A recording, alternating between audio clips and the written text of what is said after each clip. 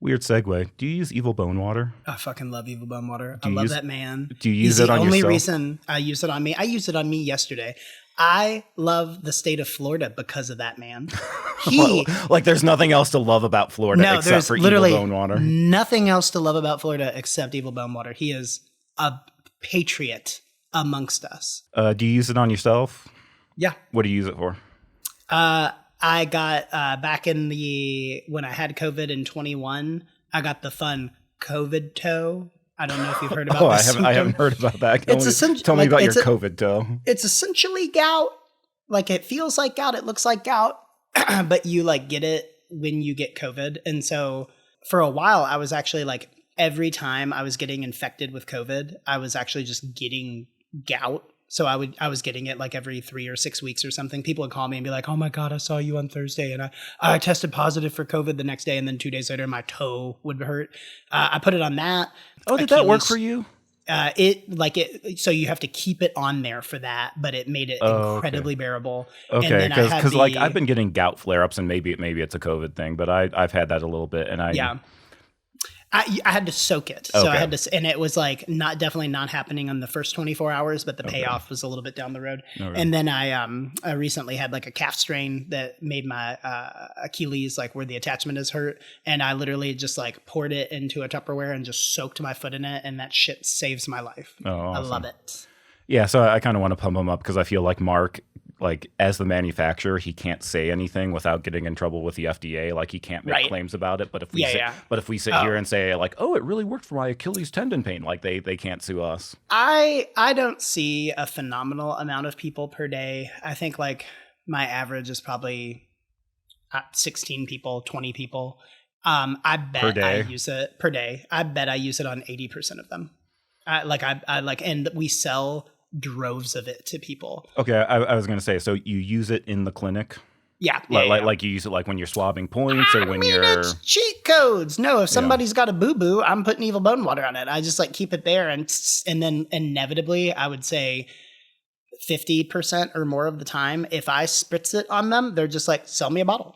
Awesome. And then I hear, and then people walk in, Kentucky's like, everybody's very community oriented here. So we'll have people walk in and they're like, "Janice had some Evil Bone spray and I need it." And so I cannot, and my history with like the lineage of the medicine and loving the ancient texts and reading Chinese and all that stuff. I like cannot say enough about somebody who actually sourced the correct ingredients and produces it the correct traditional way. There's literally no product like this on the market. And he just got into VA. I mean, this guy's going to be catapulted into the stratosphere. Oh, yeah. Momentarily. He needs no help from us, but he makes a damn fine product. Yeah. And I think this is important to bring up because I feel like a lot of practitioners sleep on this, like the idea of selling products in the clinic. Like do you know like how much of your revenue comes from like selling physical products? Like selling raw herbs or selling Evil Bone Water? Anything. So selling raw herbs, we do a massive amount, like a crazy amount. It's not 50%, but it's a lot of we sling a lot of herbs. And Evil Bone Water, no, 2%. But we do a lot of herbs and acupuncture, right? Okay. And then we don't do pills or anything. Oh, okay, yeah, because I guess I'm thinking like I've heard some people, it's like, "Oh yeah, I started selling Evil Bone Water in the clinic and it's like free money." I'm like, yeah, welcome to capitalism. Like when you sell things, you make money. And I feel like a lot of people are just into like, I'm just going to do acupuncture treatments. And they forget that they can actually sell things on top of that. People should sell things so I'm adamantly against a couple things. One of which is like the snake oil pushing. So I'm not going to just like sell random pills, right? Especially if I don't know the efficacy of it. Like I know the efficacy of the raw herb, right? So I can't tell if the tea pill Xiaoyasan is going to work, but I know my raw herbs are going to work. Evil Bone Water is a no-brainer.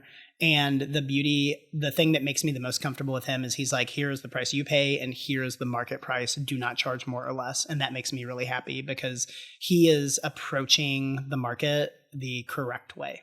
Yeah, and this is a good thing where like he doesn't allow it to be sold on Amazon. So because that's like a thing I've had where like I've been like I've told patients like, oh, you should take Chingwei-san. Just take it for a week and let me know how it goes. And then they're like, oh, yeah, I ordered a 2-month supply on Amazon. And like, I'm specifically told you not to do that. So he doesn't let it be sold on Amazon. And it's like he does have a cap that if you want to sell it online, you can't sell it for less. And that like makes it so people are not going online. You can still stay within your business. So. And is converting to the sale, is that pretty frictionless? Like you just use it in clinic and then people come to the front desk and they're like, yeah, I want a bottle of that to take home. Or do you have a sales pitch? No, there's no sales pitch. And part of that is just because a lot of the people, so we don't advertise, right? Mine is only referral. And so when people walk in the door and book with us, they're automatically open to the idea of trusting us. And then once they kind of like see our operation and deal with us, they're like, okay, you're personable. You're not trying to... You know, I'm not that this is wrong, but I'm like, I do not want to do the like packages or give me 5 sessions to try it and then we reevaluate. I'm like, no, we're going to do one and it's either going to work or not.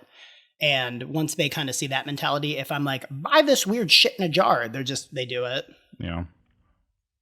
And it sells itself. Like, honestly, once they use it at all, they're coming back for more and sending people to get it. Yeah. So if you want to try a bottle of Evil Bone Water, you can get single bottles from Dragon Blood Balm. So I'll put links to that below. But if you want to get a wholesale account, go to Mark Brinson. The Dragon Blood Balm is an affiliate link, so that's something I earn a little commission about. If you go set up a wholesale account with Mark, that's not an affiliate link. I don't have anything set up with him. So, but I definitely recommend it. Like, it's a great product, and I like it because it's a win-win-win. It's like Mark is able to make this traditional medicine and make money off of that, and then he's able to sell it to acupuncturists, and acupuncturists are able to sell a physical product and make more revenue off of that. And then it's like the patients benefit from the product. So it's like it's a win-win-win all around. So it's like I think that's like the correct way to do capitalism. This guy is not doing the wrong thing here. This kind of business model that he's doing needs to be hoisted up.